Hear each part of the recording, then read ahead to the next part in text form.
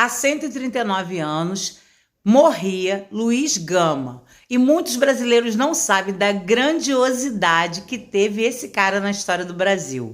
Luiz Gama nasceu em Salvador, na Bahia, e ele era filho de Luísa Marim. Luísa era livre e o criou livre até os 10 anos de idade. Ele era filho dela com um português.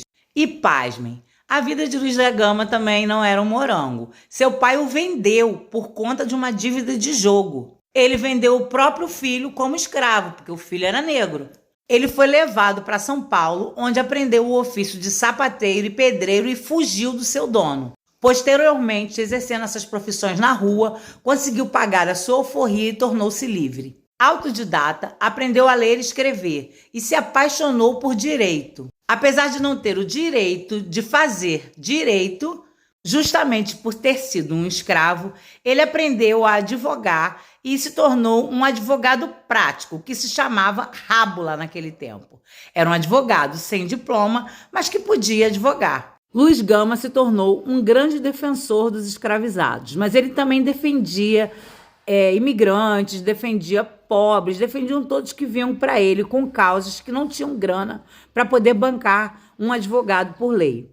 Ele chegou a libertar 500 escravizados. Era um número muito significativo para aquela época, ainda mais vindo de um rábula negro. Os negros o chamavam de apóstolo negro da abolição. Apesar de não ter conseguido assistir o fim da escravidão no Brasil, ele morreu em 1882, na data de hoje, e foi reverenciado por uma multidão.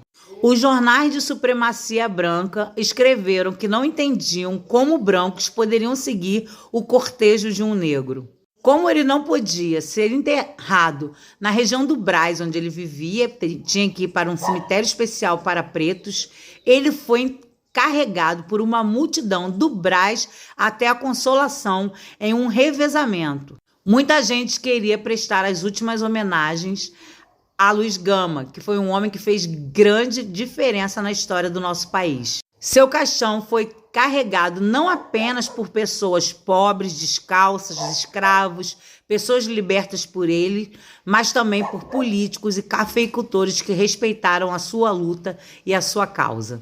Uma das suas teses que mais causava furor nos cafeicultores era de considerar que qualquer negro que matasse seu dono era em legítima defesa, fosse em qualquer circunstância que esse crime acontecesse. Em 2015, finalmente, a OAB reconheceu Luiz Gama como advogado. A República Madrasta queria apagar sua história, mas o tempo reconheceu.